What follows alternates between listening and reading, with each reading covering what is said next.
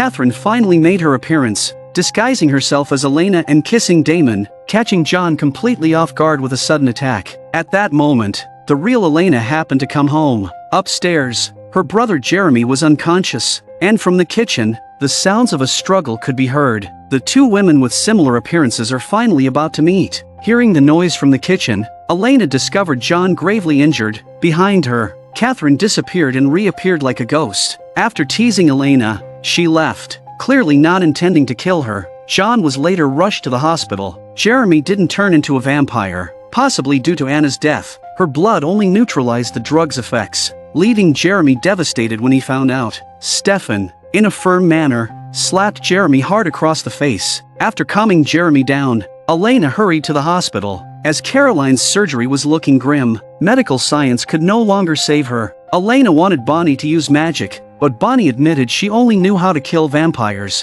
not heal. She hadn't learned healing spells yet. Damon, who had been eavesdropping on their conversation, suggested using his blood to heal Caroline. As long as Caroline wasn't in any mortal danger, once the blood left her system, she wouldn't turn into a vampire. Bonnie reluctantly agreed.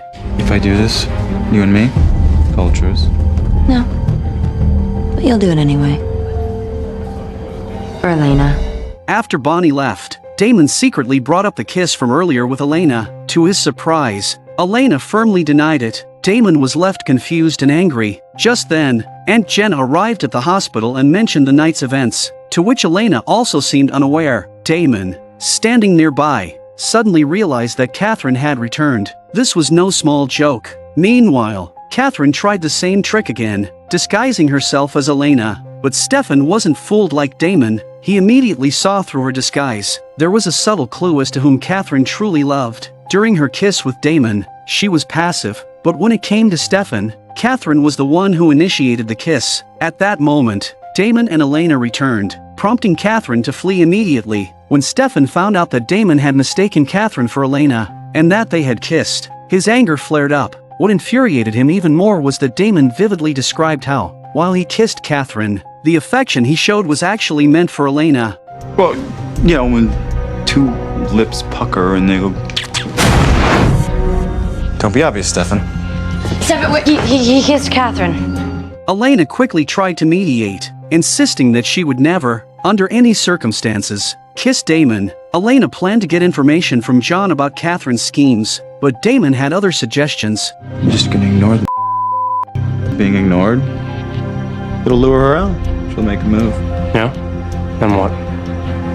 Stake her, rip her head off. Something poetic. We'll see. Meanwhile, thanks to Damon's blood, Caroline miraculously healed. With Mayor Lockwood's death, Carol demanded answers from Sheriff Forbes, questioning why her husband, who clearly wasn't a vampire, was also killed. Their argument grew heated, but Damon managed to step in and mediate. We have to stick together. Okay, trust each other. We'll get through this.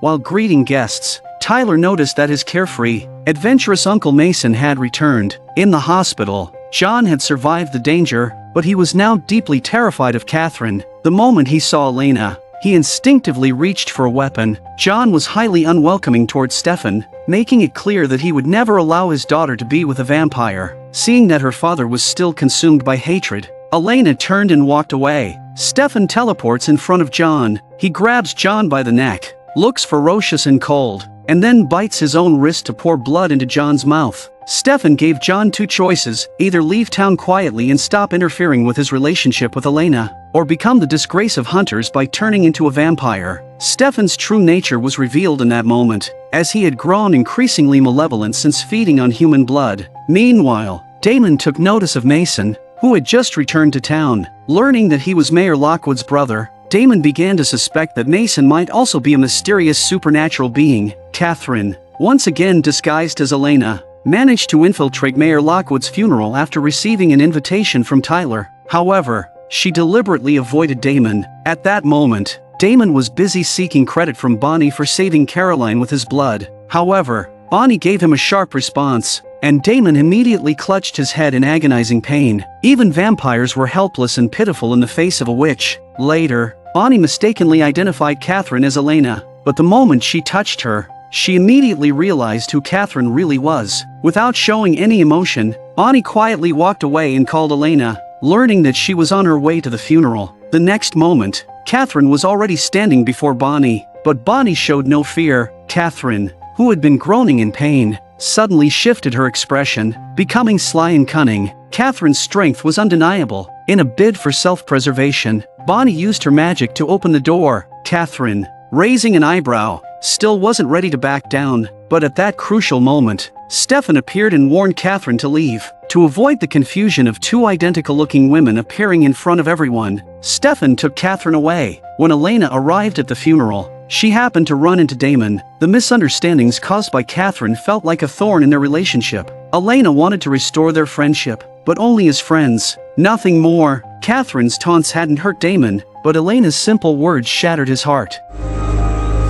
No, Mert. At that moment, Bonnie approached and revealed what had just happened. Meanwhile, Stefan confessed to Katherine that he never truly loved her, that his infatuation back then was merely a result of being compelled. But Katherine believed that deep down, Stefan still loved her. However, Stefan's next words were brutally cold. Lying, selfish, manipulative you've always been. So whatever it is that brought you here, let's just get on with it and leave town.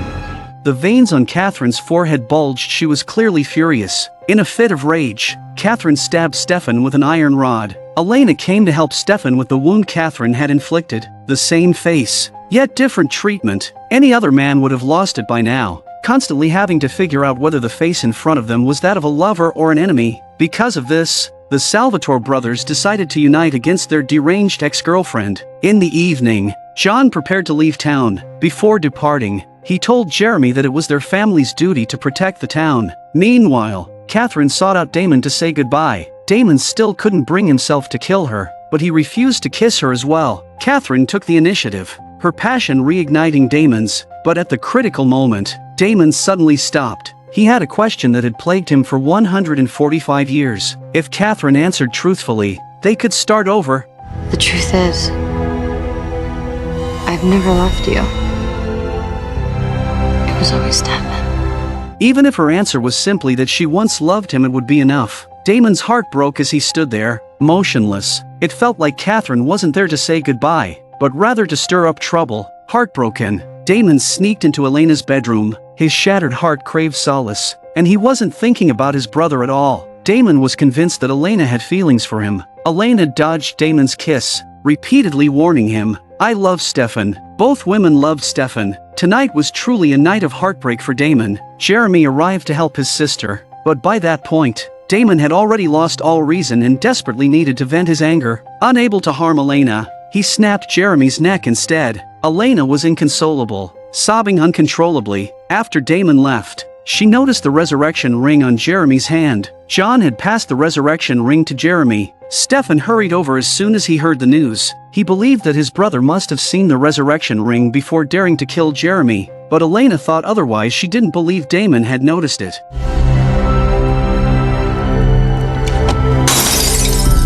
Not long after, Jeremy was revived. In the hospital, Katherine approached Caroline's bedside, instructing her to deliver a message to the vampire brothers. Caroline was utterly confused. Game on. What?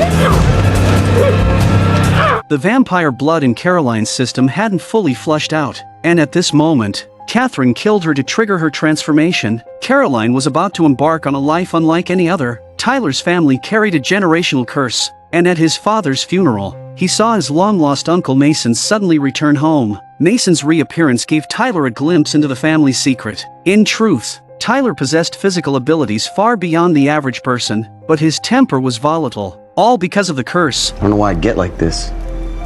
The curse of being a Lockwood.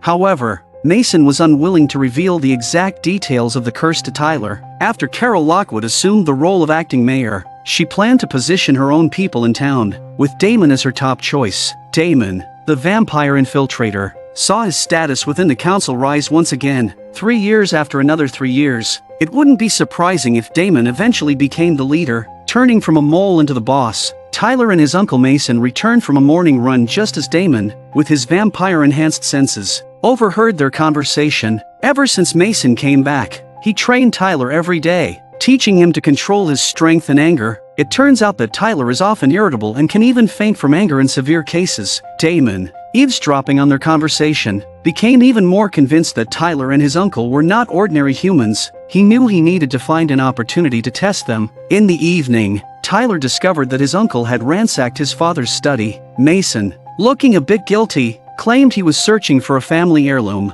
the moonstone, saying he just wanted to keep it as a memento. Tyler said he didn't know where it was but glanced at the rug as he left. That night, the town held a carnival, and Tyler was on a winning streak in the arm wrestling competition until his uncle Mason stepped in and defeated him. Damon, wanting to test Mason, urged his brother to challenge him. To everyone's surprise, even with his vampire strength, Stefan was no match for Mason, which caught Damon's attention. Damon intends to test further. Maybe they're Ninja Turtles. You're not funny. Or no, zombies, werewolves. No comedic timing at all. He forced a boy named Carter to pick a fight with Tyler, intending to provoke him. They crossed paths in the parking lot. Tyler didn't want to start a fight, but Carter wouldn't let up. Stefan watched from the shadows. Sure enough, after Tyler and Carter started fighting, Mason quickly stepped in to break it up. Mason was extremely concerned about Tyler. Unexpectedly, Carter's flurry of punches caught Mason off guard. Tyler once again lunged at Carter. Mason finally stopped holding back. He began to move on all fours, leaping with incredible agility and amazing speed. Landing protectively in front of his nephew, Tyler caught a glimpse of Mason's golden eyes. It turned out he was a beta wolf. Mason swiftly slapped Carter to the ground, and the uncle and nephew quickly fled the scene. Later, Tyler demanded the truth from his uncle, but Mason lied, claiming those moves were just Brazilian jiu-jitsu, and the eyes were simply a reflection from the car headlights. Tyler was furious. These lies might fool a child, but not him. Mason's temper flared too. He angrily ordered his nephew never to get into fights again, though his eyes were filled with affection. After their argument, Tyler secretly went to his father's study, where he found the family's heirloom moonstone hidden in a secret compartment under the floor. What exactly was the purpose of this stone? What was the family curse? And why was Mason so unwilling to tell Tyler how to become a werewolf? To get rid of his centuries-old vampire ex-girlfriend, Stefan pretended to have a fight with Elena. They secretly agreed on a code. When Stefan said, "I can't do this anymore," what he really meant was "I love you." At the town's Founders' Day picnic, Stefan approached Mason for the sake of peace. He apologized for his brother's reckless behavior. The feud between werewolves and vampires had long become history, and Stefan once again proposed a truce. I made that same offer to your brother. He turned it down with a knife. He made a mistake. Mason, terrified of Damon, pretended to agree with Stefan, but then he revealed the Salvatore brothers' vampire secret to Sheriff Forbes. Sheriff Forbes was Damon's friend, so she refused to believe it. First, Damon was a key member of the council who had saved the town multiple times. Second, he could walk in the sunlight. Mason offered to prove to Sheriff Forbes that he was telling the truth. When Damon arrived, Sheriff Forbes seemed uneasy in his presence, which Damon immediately noticed. Sheriff Forbes lied, claiming it was because of her daughter. Though Damon had hidden his true identity, he genuinely considered Sheriff Forbes a friend, so he privately approached Caroline, urging her to be kinder to her mother. Since both Damon and Caroline were eavesdropping, Stefan and Elena had no choice but to fake an argument, using their agreed-upon code. I can't do this anymore, Elena. Fine. Stefan. Whatever. Damon, believing the act, even offered his own commentary on the side. Relationships are about communication. Meanwhile, Jeremy, after learning the secret of the werewolves, deliberately got closer to Tyler, perhaps because they had both loved the same woman, making them comrades in the same trench. Tyler confided in Jeremy. Mason had once told him that if he ever directly or indirectly caused someone's death, it would trigger the werewolf curse. Tyler showed Jeremy the moonstone. Mason had returned home specifically for this stone. At that moment, two female classmates approached, and during some playful teasing, they snatched the moonstone. A girl named Sarah ran up the stairs, taunting, "Catch me, and I'll give it back." As Tyler fought to seize the moonstone, he accidentally pushed Sarah down the stairs. Tyler and Jeremy's hearts leaped into their throats, fearing that the werewolf curse might have been triggered. Fooled you. You pushed me down the stairs. Look, he didn't mean it, okay? Ugh.